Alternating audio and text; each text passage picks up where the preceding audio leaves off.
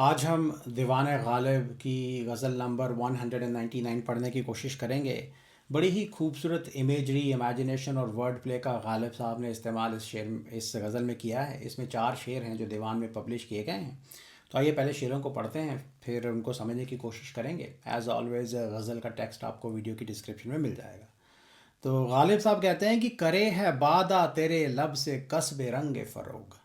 करे है बादा तेरे लब से कस्बे रंगे फ़रोग। खते पियाला सरासर निगाह गुलची है। कभी तो इस दिले शोरीदा की भी दाद मिले। कभी तो इस दिले शोरीदा की भी दाद मिले कि एक उम्र से हसरत परस्ते बाली हैं। बजा है गर न सुने नाला हाय बुलबुले जार। बजा है गर न सुने नाला हाय बुलबुले जार की गोशे गुल नमे शबनम से पंबा आगी हैं। असद है नज़ा में चल बेवफा बराए खुदा। असद है नज़ा में चल बेवफा बराए खुदा। मकाम तरक हिजाब व विदाए तमकी हैं। तो पहला शेर देखते हैं कि करे है बादा तेरे लब से कस्बे रंगे फ़रोग। खते पियाला सरासर निगाह गुलची है। बादा कहते हैं शराब को, शराब का जाम भी हो सकता है। लब कहते हैं होठ को, लिप और लिप्स। कस्ब करना, किसी चीज़ को हासिल करना, मेहनत करके कमाई करके हासिल करना। फ़रोग कहते हैं चमक को, प्रकाश को, रेडियंस और स्प्लेंडर। आग की चमक भी हो सकती है। रंग तो आपको पता ही है, कलर को कहते हैं। ये अंदाज या एस्पेक्ट या मैनर के लिए भी लफ्ज़ इस्तेमाल किया जाता है। कस्बे रंग फ़रोग करना, चमक का रंग हासिल करना, टू अक्वायर और गेन द कलर और मैनर ऑफ रेडियंस और स्प्लेंडर। खत कहते हैं किसी तरह की लकीर को, रेखा को, निशान को। आउटलाइन या कॉन्टूर्स भी हो सकते हैं। खते प्याला, शराब के प्याले की लकीर, line of the glass, line on the glass. इसका यहाँ पे क्या मतलब है? अगर शराब के जाम में शराब रखी हो तो शराब की जो सतह है, जो सरफेस है, उसका निशान जो प्याले के अंदर है वो हो सकता है। शराब का जो माउथ ऑफ द ग्लास जिसको कहा जाता है, जो सर्कल जहाँ पे मुंह लगा के शराब पी जाती है, उसको भी खते प्याला या प्याले की लकीर आप कह सकते हैं। सरासर, पूरी तरह से, एक सिरे से दूसरे सिरे तक, इंटायरली। गुलची कहते हैं फूल चुनने वाले को, फ्लावर पिकर। निगाह है गुलची, गुलची की निगाह, gauge of the flower picker. अब इमेजरी देखें, यहाँ पे 3 चीज़ें हैं जिनके अंदर लाली या आग की लाल रंग की चमक बताई गई है। वो हैं महबूब के खूबसूरत लाल होंठ, शराब जो कि खुद लाल होती है, और गुलाब के फूल, गुल, जो लाल रंग के होते हैं। और शराब को भी आग से कंपेयर किया जाता है, गुलों को भी आग से कंपेयर किया जाता है।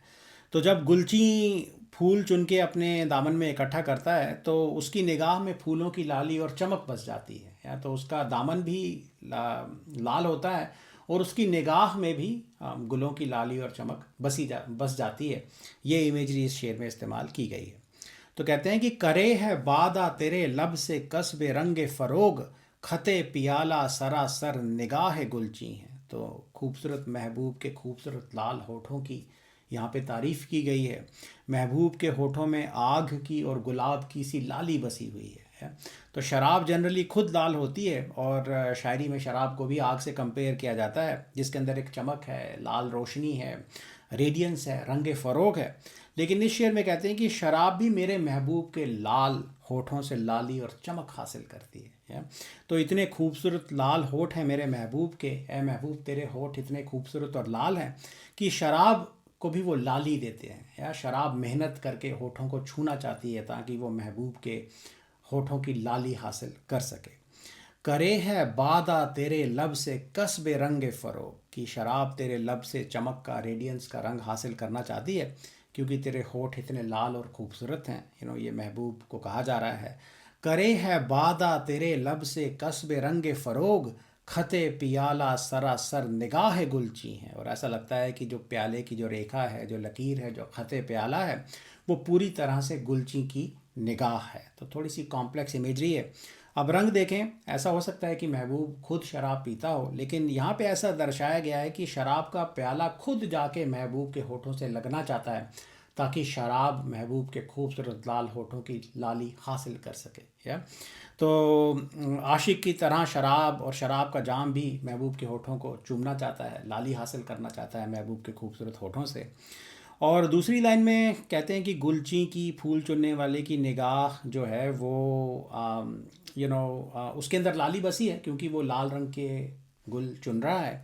और उसी तरह जब शराब का जाम महबूब के होठों को छू के आग की लाली हासिल करता है महबूब के होठ से, तो ऐसा लगता है कि मानो शराब की सतह का जो निशान है जिसको ख़त प्याला बोला गया है, वो गुलची की निगाह की तरह लाल और चमकदार है। तो दूसरी लाइन में प्योर इमेजरी और इमेजिनेशन है। ख़त प्याला शराब का मुंह, लिप ऑफ द ग्लास भी हो सकता है, तो फिर भी जो मीनिंग्स हैं वो सेम रहेंगे। या तो जब शराब का जाम या शराब महबूब के होठों को छूती है तो ऐसा लगता है कि ख़त प्याला एक गुलची की निगाह है, और दोनों ही लाल रंग से चमक रही हैं। या तो कहते हैं कि करे है बादा तेरे लब से कसबे रंग फ़रोग। तो पहली लाइन में शेर का जिस्ट है कि शराब भी खूबसूरत महबूब के लाल चमकदार होठों से रंग फ़रोग हासिल करती है। करे है बादा तेरे लब से कसबे रंग फ़रोग, ख़ते पियाला सरासर निगाह गुलची हैं। कभी तो इस दिले शोरीदा की भी दाद मिले, कभी तो इस दिले शोरीदा की भी दाद मिले कि एक उम्र से हसरत परस्ते बाली हैं। दिले शोरीदा, बेचैन, पागल, परेशान दिल, आशिक का दिल जिसमें हमेशा इमोशनल उथल पुथल मची रहती है। दाद मिलना, इंसाफ मिलना, तारीफ़ मिलना भी हो सकता है, लेकिन यहाँ पे किसी तरह का इंसाफ मिलना। बाली तकिए को कहते हैं, पिलो को कहते हैं। हसरत परस, जो हसरत या तमन्ना की पूजा करता हो। हसरत परस्ते बाली, जो तकिए की हसरत की पूजा करता हो। या यहाँ पे उनका परेशान दिल है या आशिक खुद है जो कि तकिए का हसरत परस्त है। तब इसके अंदर दो रंग हो सकते हैं।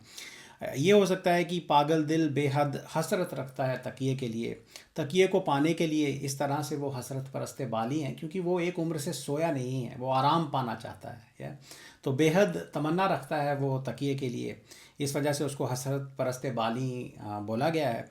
या फिर वो पागल दिल इतना कमज़ोर है या कि वो तकिए से उठता ही नहीं है, तो वो आशिक हमेशा तकिए पे सर रख के पड़ा रहता है, तो वो तकिए के कदमों में उसका दिल पड़ा रहता है।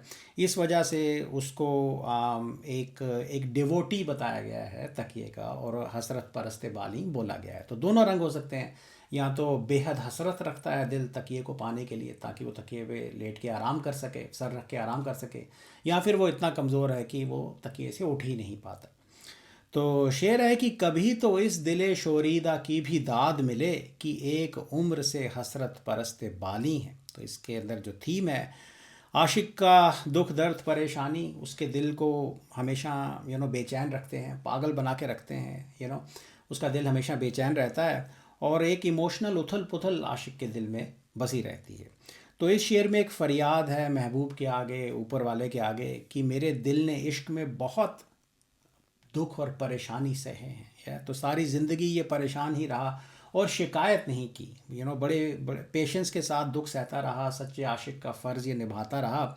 इस दिल को और मुझे, इस दिल को रखने वाले आशिक को कुछ ना कुछ, कभी ना कभी तो दाद मिलनी चाहिए, इंसाफ मिलना चाहिए, कोई सिला तो मिलना चाहिए इतनी स्ट्रगल का, सच्चे आशिक का फ़र्ज़ निभाने का। तो कहते हैं कभी तो इस दिले शोरीदा की भी दाद मिले, कभी तो इस परेशान दिल को दाद मिले, इंसाफ मिले, या मुझे आशिक को इस दिल, ऐसा दिल रखने की दाद मिले, इंसाफ मिले कि ये दिल एक उम्र से जाग रहा है, परेशानी में तड़प रहा है और शिकायत भी नहीं करता, पेशेंस से दुख सहता है। तो कभी तो इसकी दाद मिले, कभी तो इस दिले शोरीदा की भी दाद मिले कि एक उम्र से हसरत परस्ते बाली हैं, कि ये एक उम्र से, बड़े लंबे अरसे से तकिए का हसरत परस्त है। तो अब क्या दाद उसको मिल सकती है? दो तीन रंग हो सकते हैं। कहते हैं कि एक उम्र से ये हसरत परस्ते बाली हैं, तकिए की हसरत लिए बैठा है, तकिए की हसरत की पूजा करता है। और तो अगर उसको दाद मिलेगी तो वो कहते हैं कि कभी तो उसको ये मौका मिले कि वो तकिए पे अपना सर रख के आराम से सो पाए या आराम कर पाए। या तो आराम से तकिए पे सर रख के सोना उसको नसीब हो, या तो तब उसके साथ इंसाफ होगा, तब उसको दाद मिलेगी। तो परेशानी से, दुख दर्द से राहत मिले, या तो महबूब का विसाल उसको नसीब हो, या फिर वो तकिए पे सर रख के मर जाए, मौत का आराम उसको नसीब हो। ये रंग भी हो सकता है। महबूब आके एक्नॉलेज करे मेरे परेशान दिल को, तो भी उसको इंसाफ मिल सकता है। या फिर मौत आ जाए, इफ़ेक्टिवली वो कहता है कि मेरे परेशान दिल को तकिए पे सर रख के आराम से मरने की या आराम करने की का मौका मिलना चाहिए। किसी तरह से मुझे आराम मिले, ये वो फरियाद कर रहा है। और अगर वो कमज़ोर है, एक उम्र से तकिए पे पड़ा है, तो दाद मिलने का मतलब ये हो सकता है कि शायद वो महबूब की गोद में अब सर रख के सोना चाहता है, महबूब से विसाल वो मांग रहा है। या फिर वो चाहता है कि महबूब बीमार आशिक के पास आए, तकिए के पास चल के आए उसका हाल पूछने के लिए, या फिर उसको मौत आ जाए। या तो ओवरऑल कहता है कि मेरे परेशान दिल के साथ इंसाफ होना चाहिए, उसको राहत मिलनी चाहिए। ये फरियाद इस शेर में आशिक कर रहा है। तो एक अरसे से वो सोया नहीं है, उसका दिल परेशान है, और वो तकिए पे सर रख के सोने की हसरत अपने दिल में बसाए बैठा है, बेहद हसरत बसाए बैठा है। और उसको हसरत परस्ते बाली यहाँ पे बोला गया है। देखें क्या खूबसूरत इमेजरी का इस्तेमाल किया गया है। कभी तो इस दिले शोरीदा की भी दाद मिले, कि एक उम्र से हसरत परस्ते बाली हैं।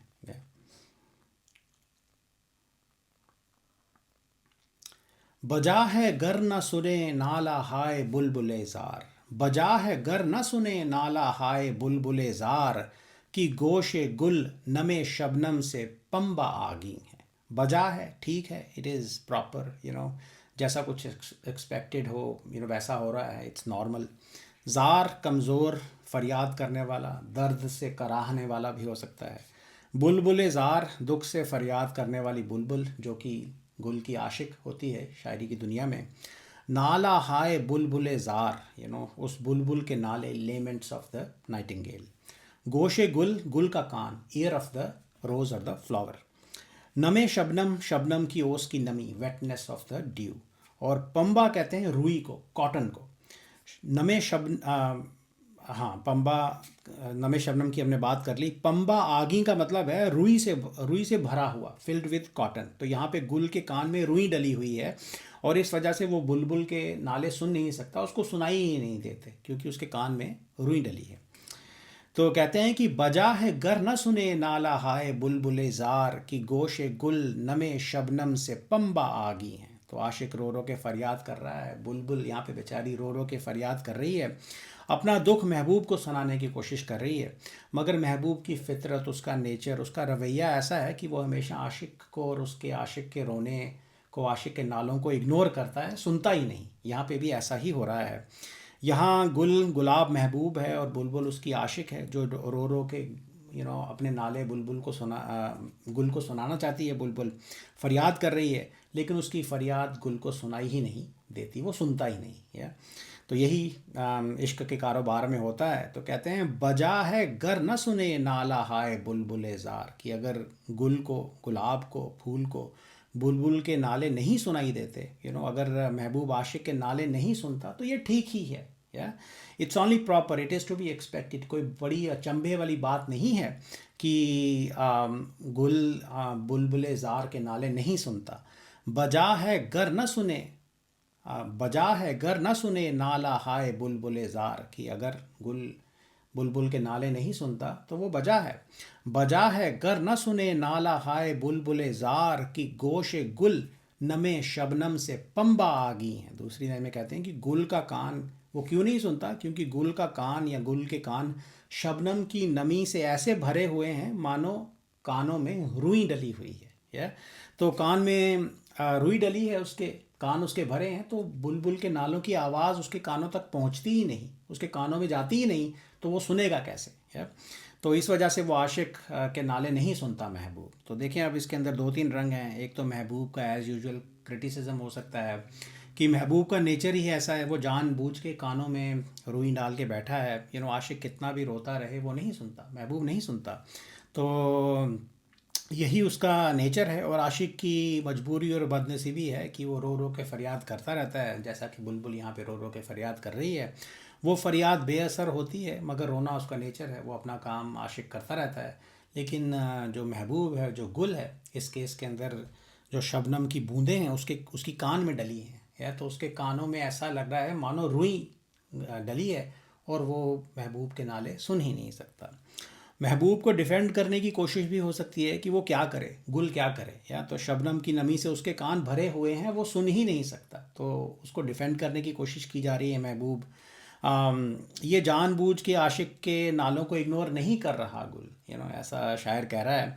वो सुन ही नहीं सकता, तो महबूब पे तोहमत ना लगाई जाए, उसको ये ताना ना दिया जाए कि वो आशिक को इग्नोर कर रहा है। देखें, कुदरत का निज़ाम ही ऐसा है कि उसके कानों के अंदर शबनम की नमी की रुई डाल दी गई है।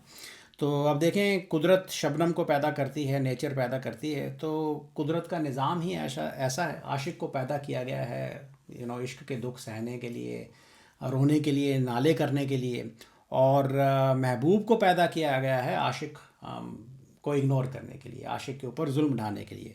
तो इस निज़ाम को कायम करने के लिए ही शबनम पैदा की गई है। शबनम की बूंदें गुल के कान में डाली गई हैं, या गुल पे बिखेरी गई हैं, ताकि वो आशिक के नालों को सुन ही ना पाए। That is how this world works, that is the way nature has created the lover and the beloved. Imagery देखें, गुलाब की बनावट में गालिब साहब को इंसान के कान की बनावट नज़र आ रही है, सिमिलैरिटी तो है ही। और शबनम की बूंदों में उनको रुई के छोटे छोटे गोल टुकड़े नज़र आ रहे हैं। So the drops of the dew are compared with white shiny balls of cotton, जो कि गुल के कानों में डले हुए हैं, और इस वजह से उसको बुलबुल के नाले सुनाई ही नहीं देते। तो देखें, ये इमेजरी इस शेर में इस्तेमाल की गई है। कहते हैं, बजा है गर न सुने नाला हाय बुलबुले जार, कि गोशे गुल नबे शबनम से पंबा आ गई हैं।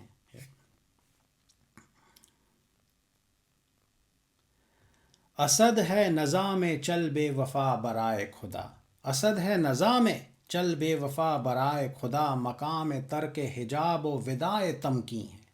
नज़ा कहते हैं एगनी ऑफ डेथ, मौत का दर्द, ज़िंदगी के आखिरी लम्हों में असद है, गालिब साहब हैं, आशिक है।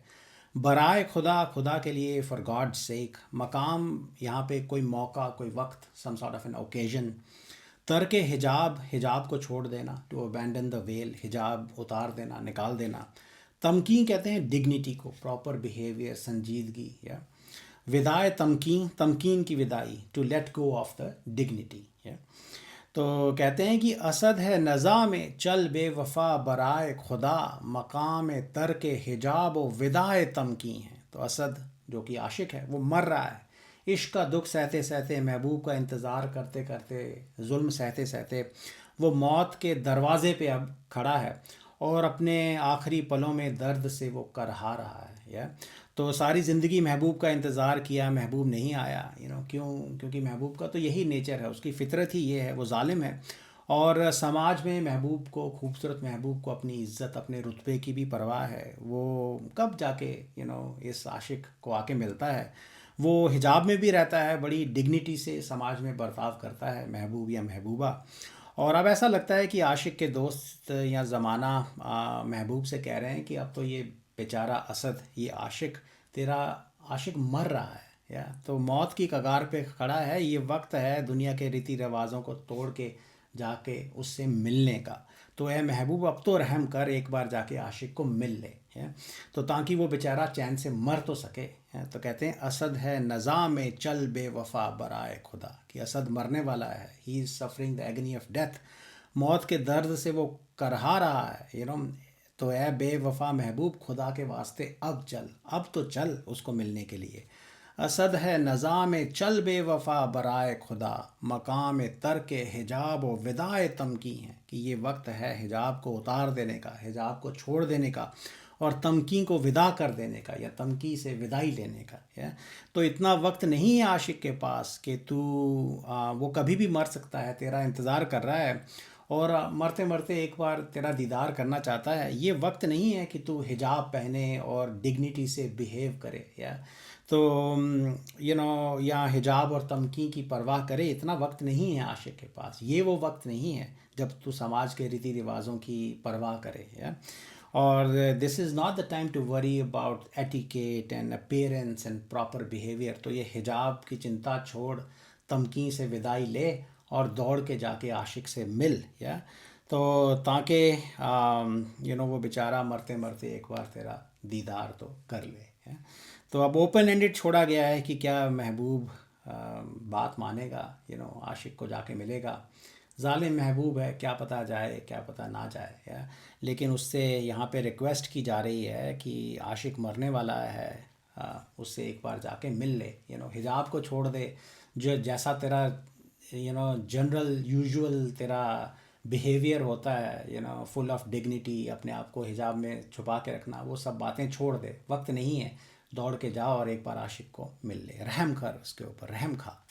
असद है नज़ा में चल बेवफा बराए खुदा, मकाम तर के हिजाब व विदाए तमकी है। तो ये थे चारों शेर। I hope you enjoyed that. Thank you.